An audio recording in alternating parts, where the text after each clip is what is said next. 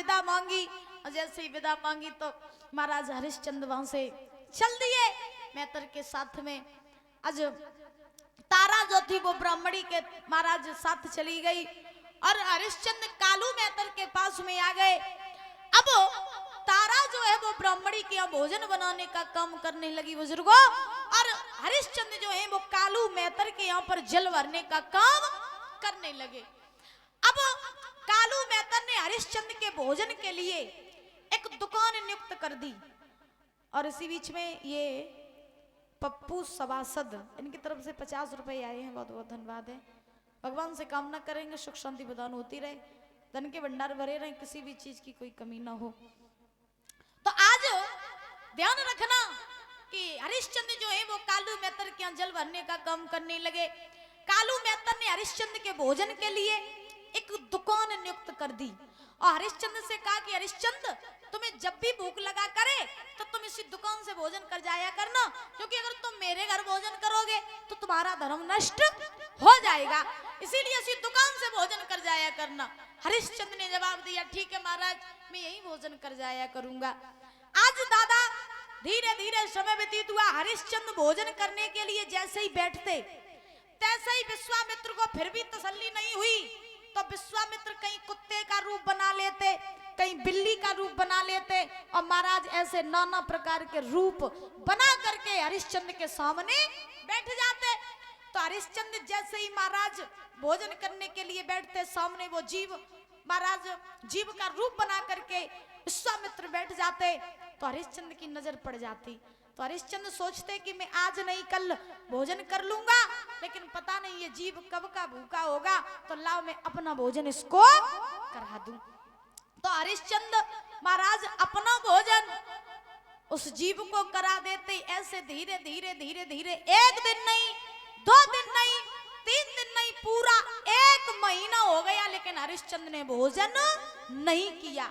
अब आप सोचो कि जो व्यक्ति 1 महीने तक भोजन न करे उसकी दशा क्या होगी। तो हरिश्चंद्र ने 1 महीने तक भोजन नहीं किया। एक दिन कालू मैतर ने हरिश्चंद्र से कहा रिया चला जा करके नदी से जल भर ला।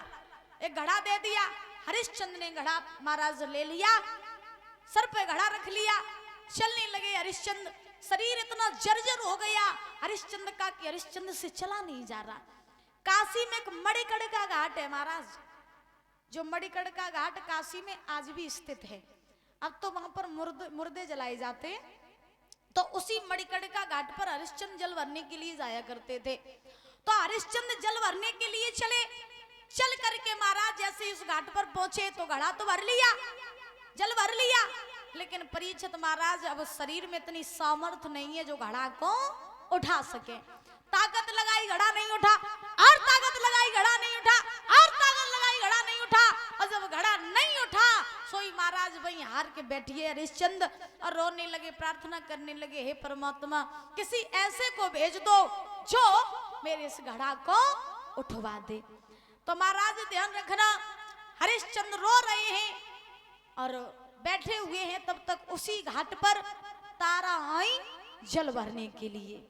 और जब तारा भी जल भरने के लिए आई तो तारा ने हरिश्चंद्र को देखा, हरिश्चंद्र ने तारा को देखा, तो तारा बोली महाराज आप क्या कर रहे हो।